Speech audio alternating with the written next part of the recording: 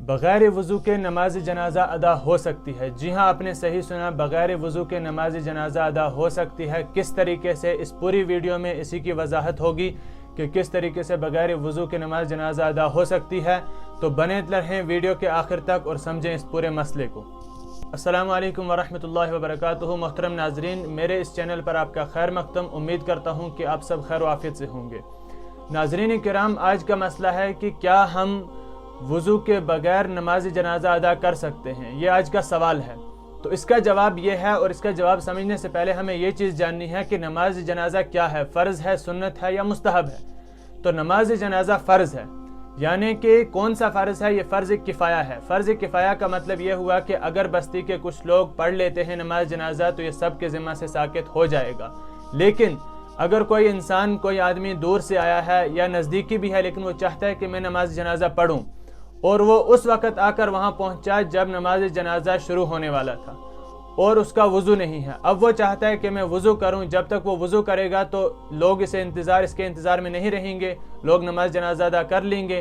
तो जब तक ये वज़ू में लगेगा तब तक नमाज जनाजा मुकम्मल हो जाएगा।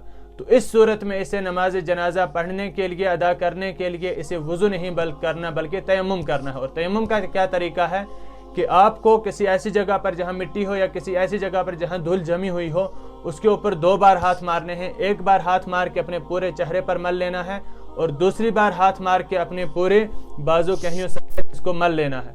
लेकिन इसको किसी आलिम से सीखा जाए, किसी मुफ्ती से। ऐसा ना हो कि अपने चेहरे पर पूरी गर्द लेकर घूमें आप। तो इसका एक अच्छा तरीका है, इसका एक अहम तरीका है किस तरीके से तयम्मुम किया जाए, क्या तरीका है उसका, तो ये किसी नज़दीकी आलिम से सीख लिया जाए।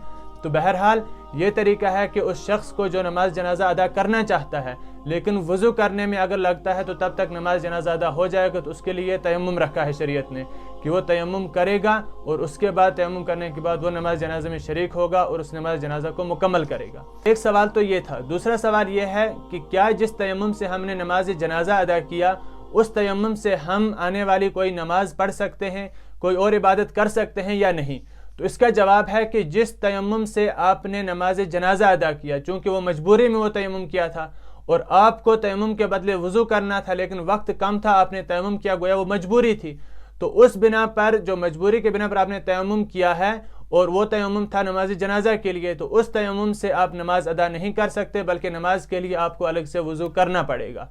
तो ये एक अहम मसले थे 2। सबसे पहला मसला कि अगर इंसान के पास वक्त ना हो, नमाज जनाजा फौत होने का ख़तरा हो, तो उस वक्त वज़ू के बदले तयम्मुम कर सकता है। और दूसरा मसला ये था कि तयम्मुम, उसी तयम्मुम से फिर दूसरी नमाज़ें अदा नहीं कर सकता है बल्कि उसे सिर्फ नमाज जनाजा अदा करेगा। तो नाजरीन, अगर आपने मेरे इस वीडियो से कोई अहम मसला सीखा है तो इस वीडियो को आप दूसरों तक भी शेयर करें ताकि जो लोग इससे बेखबर हैं वो भी इससे बाखबर हो जाएं। और ऐसे मज़ीद वीडियो के लिए मेरे चैनल को सब्सक्राइब करें। मिलते हैं अगले वीडियो में, तब तक के लिए अल्लाह हाफिज़। अस्सलामु अलैकुम वरहमतुल्लाहि वबरकातुहू।